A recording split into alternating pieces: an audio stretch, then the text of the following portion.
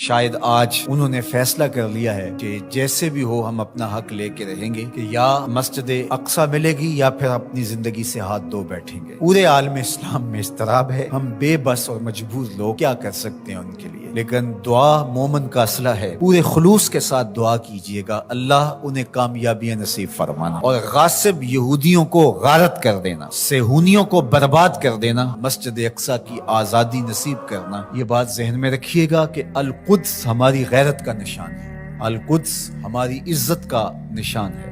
ہمارے آقا و مولا حضور ختمی المرتبت صلی اللہ علیہ وآلہ وسلم نے آسمانی معراج کا آغاز مسجد اقصی سے کیا، اور قرآن نے اس مسجد اقصی کا تعارف کرواتے ہوئے کہا الذی بارکنا حولہ، یہ وہ بابرکت جگہ ہے جس کے اطراف میں ہم نے برکتیں رکھی ہیں۔ یہ انبیاء کی سرزمین ہے، یہ محبت انوار ہے، یہ ارض شام، فلسطین شام کا ہی حصہ ہے، اردن بھی شام کا حصہ ہے، فلسطین بھی شام کا حصہ ہے، اور سیریا یہ تقسیم کر دیا گیا۔ تو یہ سارے شام کے حصے ہیں جو ارض مبارک ہیں، اور اللہ جل شانہ کے محبوب علیہ السلام نے ہاتھ اٹھا کر کے شام کے لیے دعا مانگی ہے، اللہم بارک لنا فی شامنا، اللہم بارک لنا فی یمننا۔ تو شام کی سرزمین اور بیت المقدس مسلمانوں کے لیے عزت کا مقام ہے، اور تیسری مقدس ترین جگہ ہمارے لیے مسجد اقصی ہے۔ تو بیت المقدس پر آج یہودیوں کا قابض ہو جانا، اور پھر مزاحمت کرنے والے، اپنے حق مانگنے والے مسلمانوں کو یوں گولیوں سے بھون ڈالنا اور یوں اذیتوں میں مبتلا کرنا، اور پھر کوئی توانا آواز ان کے لیے بلند نہ ہونا، یہ دردناک صورتحال ہے۔ شاید آج انہوں نے فیصلہ کر لیا ہے کہ جیسے بھی ہو ہم اپنا حق لے کے رہیں گے، کہ یا مسجد اقصی ملے گی یا پھر اپنی زندگی سے ہاتھ دھو بیٹھیں گے۔ آج دل بہت دکھا ہوا ہے، لہجہ بہت زخمی ہے۔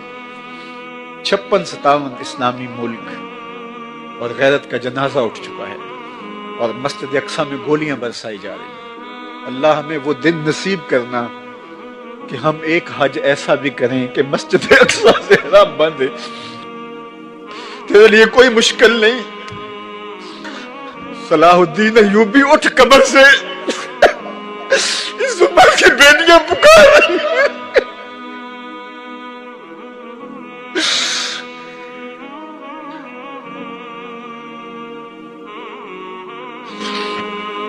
نجدین نبی دا وانگ یتیمہ تے گھر گھر تکے کھاوے، کتوں لبا عمر بہادر بوندے نوں گا۔ بیت المقدس کو آزادی کی بہاریں عطا کر دے، اللہ قبلہ اول کو آزادی کی بہاریں عطا کر دے۔ اللہ ہماری پیشانیوں کو مسجد اقصی میں سجدے نصیب فرما، اللہ ہماری پیشانیوں کو مسجد اقصی میں سجدے نصیب فرما۔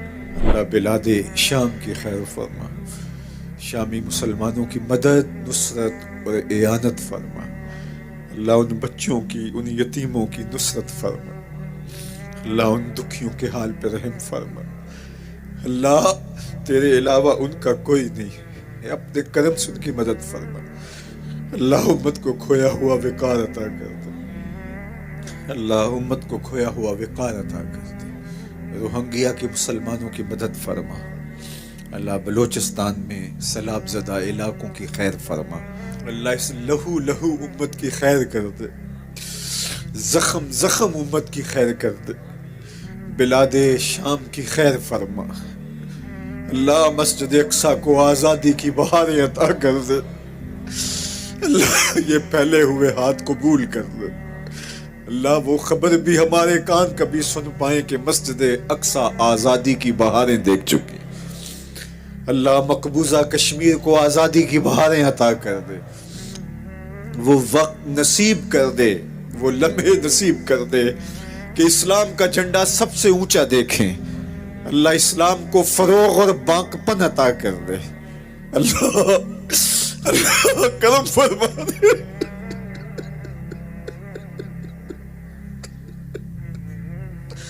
اللہ ایسے حکمران نصیب فرما جو اس امت کے یتیموں کو گود میں تھام لے، اللہ تڑپتے یتیموں کی فریاد سن لے، اللہ سیریا کے مظلوموں کے حال پہ رحم فرما، اللہ مسجد اقصی کو آزادی کی بہاریں عطا کر دے، اللہ اس امت کو عروج عطا کر دے، اللہ اس امت کو ہر طرح کی ترقی عطا کر دے، معاشی، معاشرتی، اقتصادی، عسکری قوت اس امت کو بنا دے، اللہ اس امت کو عروج عطا کر دے، اللہ کوئی صلاح الدین ایوبی عطا کر دے، کوئی محمد بن قاسم دے دے، کوئی عمر بن عبدالعزیز دے دے، اللہ فاروق اعظم کا سایہ ہی نصیب کر دے، اللہ اس امت کو کھویا ہوا وقار دے دے، اللہ ہمارے اٹھے ہوئے ہاتھوں کی لاج رکھ لے، اللہ تڑپ تڑپ کے تیرے امت کا عروج مانگ دے، اللہ اس امت کو عروج دے دے، اللہ اس امت کو عروج دے دے۔ جو کچھ فلسطین میں ہو رہا ہے، شام میں جو کچھ ہو رہا ہے، اور اب جو کچھ کشمیر میں ہو رہا ہے، امت لہو لہو ہے، اور 56-57 اسلامی ملکوں کے حکمران ہیں کہاں؟ کیا یہ چیخ بھی نہیں سکتے، آواز بھی نہیں اٹھا سکتے؟ گاجر مولی کی طرح اس امت کو کاٹا جا رہا ہے، انسانیت کا بہتا ہوا خون۔ کیا دنیا کے اندر امن کے ٹھیکیداروں کو نظر نہیں آتا؟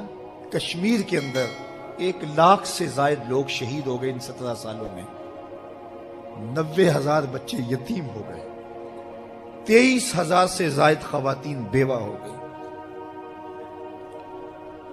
وہ وادی جنت نگاہ انگاروں میں لپٹی ہے، ڈل جھیل کے پانی پر لاشیں تیر رہی ہیں، وہ چناروں کی سرزمین آج خون سے لالا زار بنی ہوئی ہے۔ کیا پوری دنیا نابینا ہے، اس کی آنکھیں نہیں ہیں؟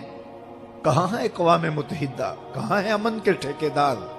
کہاں انسانیت کے حقوق کی بات کرنے والے؟ کہاں انسانی تقدس کی کہانی کا نغمہ چھیڑنے والے؟ جو بلیوں اور کتوں کے حقوق پر تنظیمیں بنائے ان کے حقوق کی بات کرتے ہیں، آج انسانیت کا یہ لٹتا ہوا قافلہ انہیں کیوں دکھائی نہیں دیتا؟ وہ کیوں نابینا ہو گئے؟ ہم سے غلطی ہوئی کہ ہم ٹکڑوں میں بٹ گئے، ہم گروہوں میں بٹ گئے، اور اس کا نتیجہ کیا ہے؟ آج پوری امت زخم زخم ہے، پوری امت لہو لہو ہے۔ کہا تمہاری ہوا اکھڑ جائے گی اگر تم نے اللہ کی رسی کو چھوڑ دیا، تم نے رسول کے دامن کو ترک کر دیا، تم گروہی تقسیمات پہ یقین رکھنے لگے، تم نے 1.5 اینٹ کی مسجد کھڑی کر لی، تم تقسیم در تقسیم کے عمل سے گزرتے رہے، تم امت سے فرقہ، فرقوں سے جماعتیں، جماعتوں سے لابیاں، اور لڑکتے لڑکتے تم ٹکڑے ٹکڑے ہو گئے، تم کرچی کرچی ہو گئے۔ وَكَذَلِكَ جَعَلْنَاكُمْ أُمَّةً، ہم نے تو امت بنایا تھا تمہیں، تم نے اپنے آپ کو بانٹ لیا، تم ایک دوسرے کا گریبان نوچنے لگے، تم ایک دوسرے کے جبے پھاڑنے لگے، تم ایک دوسرے کے لیے نفرتوں کے بیج بونے لگے، تمہاری زبانیں انگارے اگلنے لگی، تم منبر و محراب کے تقدس کو پامال کرنے لگے، تم خواہشات کے غلام بن گئے، تم آرزوؤں کے نوکر بن گئے، تم اپنے نفس کی غلامی میں آ گئے۔ تم تو غلام تھے آمنہ کے لال کے، تم نے کب سے نفس کی غلامی اختیار کر لی، تم کب سے خواہش کے نوکر بن گئے، تم کب سے نفس کے بندے بن گئے۔ تم نے امت بننا ہے، تم نے رسول اللہ کا غلام بننا ہے۔ تمہارا لب و لہجہ بتائے ہم حضور کی امتی ہیں، تمہارا طرز زندگی بتائے تم حضور کی امتی ہو۔ تم ترازو پہ کچھ تول رہے ہو تو لوگ دوسری طرف بھی منہ کر کے کھڑے ہو جائیں، یہ غلط نہیں تول سکتا، یہ امت رسول ہے۔ تم بول رہے ہو، لوگوں کو یقین ہو کہ یہ جھوٹ نہیں بول سکتا، یہ رسول اللہ کا امتی ہے۔ تمہاری وحدت، تمہارا زور ہے، تمہاری طاقت ہے، تمہاری توانائی ہے۔ تو فرمایا وَكَذَلِكَ جَعَلْنَاكُمْ أُمَّةً، ہم نے تو امت بنایا تھا تمہیں۔ آج حضور کے قلب اطہر پہ کیا گزرتی ہوگی جب شام کی بچیوں کے منہ پہ تماچے مارے جاتے ہیں، جب بغداد میں حضور کی امت خانمہ برباد نظر آتی ہے، جب برما میں آری لے کر کے اعضاء کاٹ دیے جاتے ہیں، دشت لیلہ سے لے کے کندھار تک، غزہ سے لے کے کشمیر تک لاشیں ہی لاشیں بکھری ہوئی نظر آتی ہیں، بستی بستی کریا کریا، صحرا صحرا خون، امت والے، امت کا ہے کتنا سستا خون، شام، قدس، کشمیر اور برما، کس کس کا احوال کہوں، ہر سو زخمی، ہر سو لاشیں، ہر سو بہتا خون، امت والے، امت کا ہے کتنا سستا خون۔ آج امت لہو لہو ہے، اس پوری کائنات میں 1 انچ بھی جگہ ایسی نہیں ہے جہاں آتش و آہن برستا ہو اور وہ کفار کی سرزمین ہو۔ جہاں بھی خون بہتا ہے وہ بستی مسلمانوں کی ہے، جہاں لاشیں گرتے ہیں وہ گھر مسلمانوں کا ہے، جہاں عصمتیں لٹتی ہیں وہ خطہ مسلمانوں کا ہے۔ یہ ہمارے گناہوں کی سزا ہے جو ہم کاٹنے پہ مجبور ہیں، اور جب تک ہم امت نہیں بنتے تب تک رسوائیاں ہمارا مقدر ہوں گی۔ قوت عشق سے جب دہر میں اجالا نہیں ہوتا تو پستیوں کو بلندیوں سے بدلنے کا کرینہ آپ نہیں سیکھ سکتے۔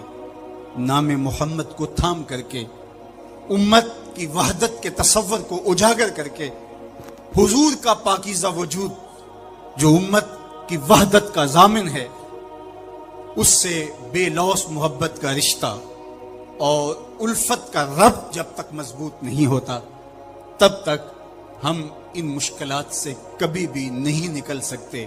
1000 فلسفے تراش لیں، 1000 منطقیں بگھار لیں، لیکن کوئی نتیجہ نہیں ہوگا۔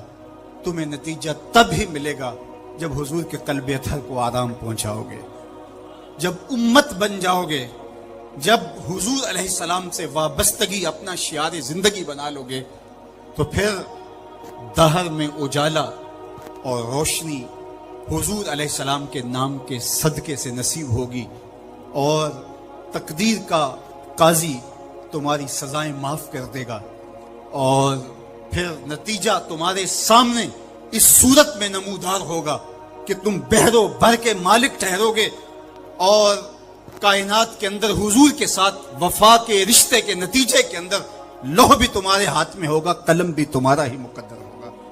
لیکن شرط یہ ہے کہ تم صحیح معنی کے اندر امت بن جاؤ۔ وَأَنْتُمُ الْعَالَوْنَ إِن كُنْتُم مُؤْمِنِينَ، یہ میرے رب کا وعدہ ہے، اور میرے رب کے وعدے سچے ہوتے ہیں۔ کہا تم ان کے بن کے تو دیکھو، عزت کا تاج میں تمہارے سر پہ رکھوں گا۔ اور افسوس تو یہ ہے کہ 56-57 اسلامی ملکوں کے حکمران بے حس ہو گئے، انہیں کچھ دکھائی نہیں دے رہا۔ انسانیت لٹ رہی ہے، انسانیت کا جنازہ اٹھ رہا ہے۔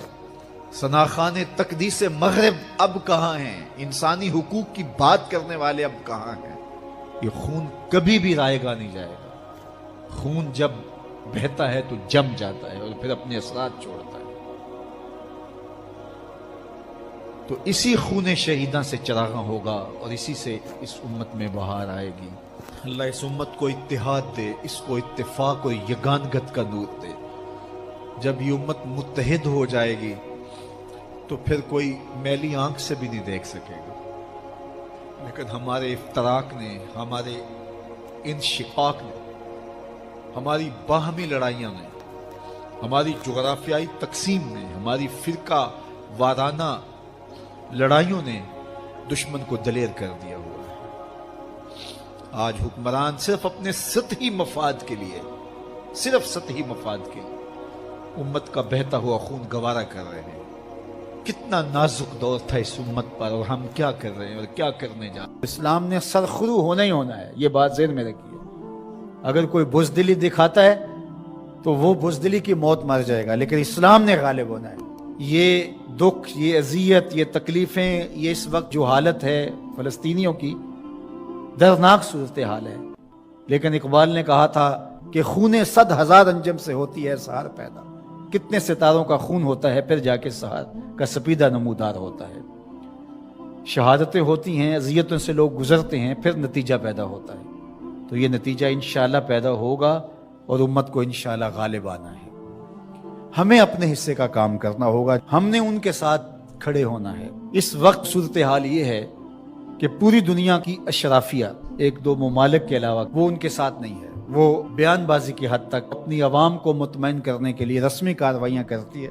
آپ دیکھ لیں پوری دنیا کے اوپر 56-57 اسلامی ممالک جو ہیں ان کے حکمران، اشرافیہ اور بڑی بڑی فوجیں کہاں کھڑی ہیں۔ سفارتی سطح پہ خلوص کے ساتھ کوشش کی جائے، اور اگر لگتا ہے کہ یہ کوششیں برآور نہیں ہوں گی تو ہمارے پاس یہ راستہ موجود ہے جہاد کا۔ جب آپ کے پاس طاقت ہوگی، توانائی ہوگی، تو پھر آپ کی سفارتی بات بھی مانی جائے گی۔ رشی کے فاقوں سے ٹوٹا نہ برہمن کا طلسم، عصا نہ ہو تو کلیمی حکار بے بنیاد۔ حضرت موسیٰ اگر کلیم اللہ تھے، ایک ان کا وصف تھا، لیکن دوسرے ہاتھ میں عصا بھی تھا۔ جہاد کا آپشن موجود ہے آپ کے پاس، اور انہیں پتا ہو اگر ان کی بات سفارتی سطح پہ نہیں مانے گی تو یہ راستہ ان کا کھلا ہوا ہے اور اس سے گریز نہیں کریں گے، تو پھر آپ کی بات سفارتی سطح پہ مان لی جائے گی۔ لیکن انہیں پتا ہے کہ یہ چیخ چلا کے رو کے جو ہے وہ پھر خاموش ہو جائیں گے، تو وہ آپ کی اشک شوئی بھی نہیں کریں گے، محض ایک رسم کے طور پہ کاروائیاں ہوں گی اور بات ختم ہو جائے گی۔ سلامتی کونسل اقوام متحدہ ہمیں کیا دے گی؟ وہ تو استعمار کی باندھی ہے، ہمارے لیے وہ کچھ نہیں کر سکتے۔ امت کو اپنا پلیٹ فارم فراہم کرنا ہوگا، اور امت کو اپنے مسائل حل کرنے کے لیے ہمارے پیغمبر نے جو راستہ جہاد کا دیا ہے اسی راستے پہ چلنا ہوگا۔ پھر دیکھنا کہ کس طرح کفر دم دبا کے بھاگتا گھٹنوں کے وال آتا ہے۔ مسلمان کا مقابلہ نہیں ہو سکتا اگر وہ غیرت پہ آ جائے تو۔ دوسرا، اس وقت وہاں بیچارے لوگ سسک رہے ہیں، ان کے پاس دوائیں موجود نہیں ہیں، اور ان کے پاس غذائی قلت ہے، مکان ان کے ختم ہو گئے۔ اقوام متحدہ کی رپورٹ کے مطابق 52,000 لوگ بے گھر ہو گئے، اور کہیں اس سے زیادہ لوگ بے گھر ہوئے، یہ تو ان کی رپورٹ ہے۔ تو اس لیے اللہ نے ہمیں آسودہ زندگی دی ہے، تو ہم آدھی روٹی کھا لیں اور آدھی روٹی ان اپنے مسلمان بھائیوں کے لیے بھیجنے کی کوشش کریں۔ الحمدللہ ہم نے ادارۃ المصطفیٰ کے تحت وہاں کام کا آغاز کیا ہے۔ اگر کوئی ہمارے پہ اعتماد کرنا چاہے تو ہم بھی اس خدمت کے لیے حاضر ہیں، اور انشاءاللہ آج سے وہاں غزہ کے اندر اللہ کی توفیق سے کام کا آغاز ہو گیا ہے ان کی نصرت اور اعانت کے لیے۔ باقی مختلف ذرائع ہیں، ان کے ذریعے سے آپ جو ہے وہ ان کی مدد کر سکتے ہیں۔ آپ کو اطمینان ہو جہاں تو یہ کام کرنے کا ہے۔